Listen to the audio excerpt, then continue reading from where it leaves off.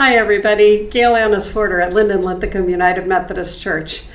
I don't know about you, but I'm chalking a lot of things these days up to COVID brain. Anything that seems to not be going well, when I'm not thinking as clearly as I'd like to, I'm thinking, I'm just fogged by all the strangeness in this time. And one of the things that I chalk up to COVID brain is short attention span.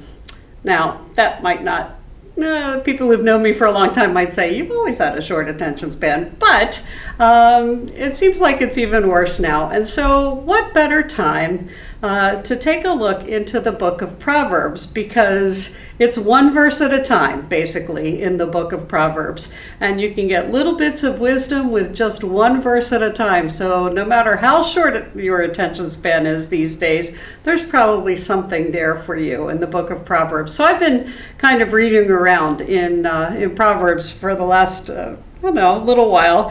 And I found some cool things in chapter 18 that I wanted to share today. And actually, I've got two verses from the beginning of chapter 18. And the first one says, "Unfriendly people look out for themselves. They bicker with sensible people." Now, I thought, unfriendly, that's a tough word, because that could be just people who are introverted and don't go up to people or whatever. And so I looked in some other translations, especially the Amplified Bible, and it said it's people who isolate themselves from God and other people, which is maybe not that's kind of a step beyond unfriendly, isn't it? To isolate yourself from God and from other people.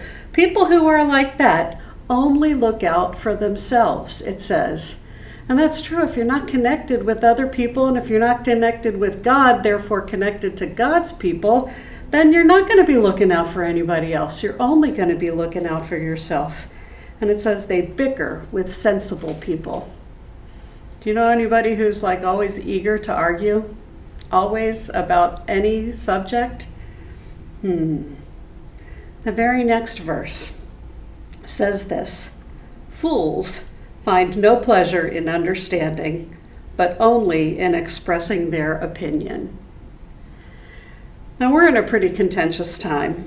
There is an election coming, and it doesn't seem that there are a lot of people who are wanting to look at other people's viewpoints at all. They only want to express their opinion. And unfortunately, our discourse has gotten kind of unkind and coarse, and people are expressing their opinions in ways that are beyond unpleasant and are downright hostile and hateful and really unloving toward other people. As people of God, as disciples of Jesus, we're called to do better than that. It doesn't mean that we need to agree with what other people say or agree with the opinions of other people.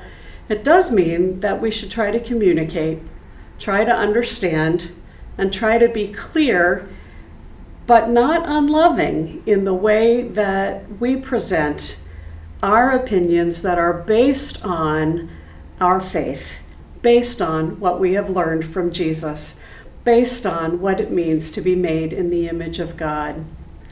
I hope that you're doing that. It's a big effort, I know. It takes a lot of energy sometimes to deal with people, especially when it's the people who are hateful, who are just only concerned, as Proverbs says, with their own opinions. But it's an effort, I think, that's worth it.